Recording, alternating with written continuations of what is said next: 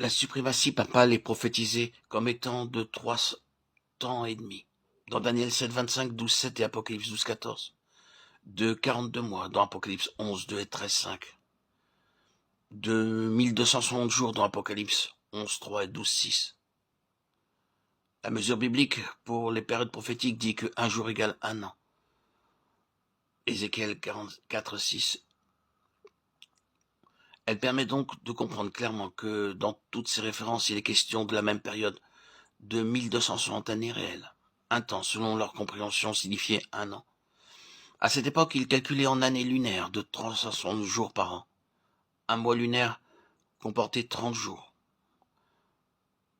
Je vous invite à voir la durée du déluge dans Genèse 7, 11, 8, 4. Nous avons ici 150 jours qui correspondent à 5 mois.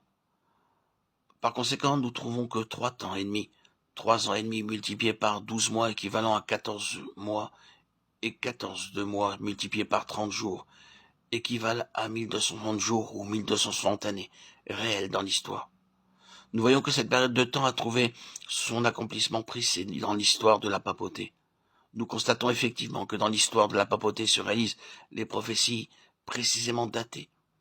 La destruction finale de l'empire gothique oriental aux alentours de 538 après Jésus-Christ, qui était la dernière puissance ou corne résistant à Rome, est généralement interprétée comme étant le début de la domination politique de la papauté.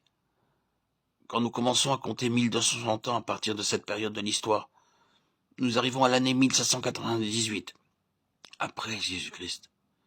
C'est précisément durant cette année-là que le pape Pie VI fut emprisonné sous le commandement du général Berthier. Le pape Pie VI mourut en prison. La prophétie suivante était accomplie. Si quelqu'un m'aime en captivité, il ira en captivité. Apocalypse 13, 10. Jamais depuis cette date la papauté n'a exercé de nouveau une suprématie, une influence aussi claire. Une constitution démocratique fut établie et Rome devint une république. Son pouvoir politique prit fin exactement après 1260, comme la prophétie l'avait prédit. Dans Apocalypse 13, 1, 10, l'histoire du pouvoir papal est brièvement rapportée comme comment il a surgi de l'Empire romain païen et comment à la fin il a reçu une blessure mortelle. Dans Apocalypse 13, 3, il est dit « Et je vis l'une de ses têtes comme blessée à mort. » Mais sa blessure mortelle fut guérie, remplie d'admiration, la terre entière suivit la bête. Ceci montre clairement que cette puissance existera jusqu'au retour du Christ. Daniel 7, 21, 22. Durant sa blessure mortelle et son retour au pouvoir, une autre bête se présente. Puis je vis monter de la terre une autre bête qui avait 2 cornes semblables à celles d'un agneau et qui parlait comme un dragon.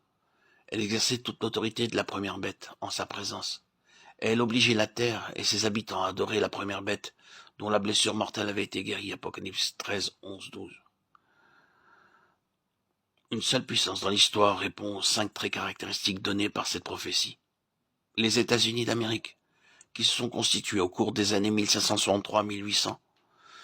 Nous voyons d'après Apocalypse 13, 11, 18 qu'elle a commencé avec une nature humble, mais qu'elle va croître jusqu'à devenir une puissance mondiale dominante au temps de la fin.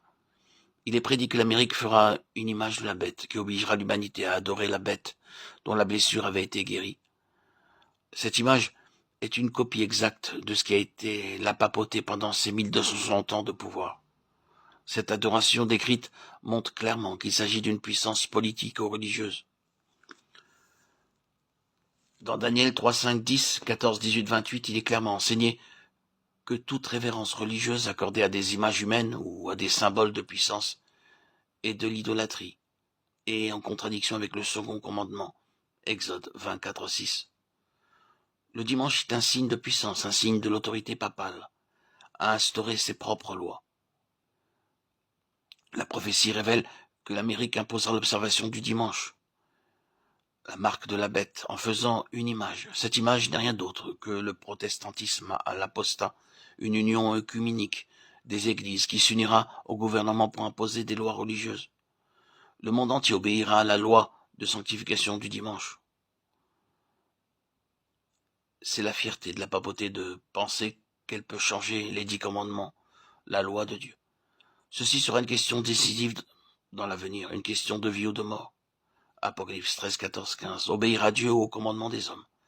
Michée 3, 18, 19. Apocalypse 16, 2. Notez bien ceci.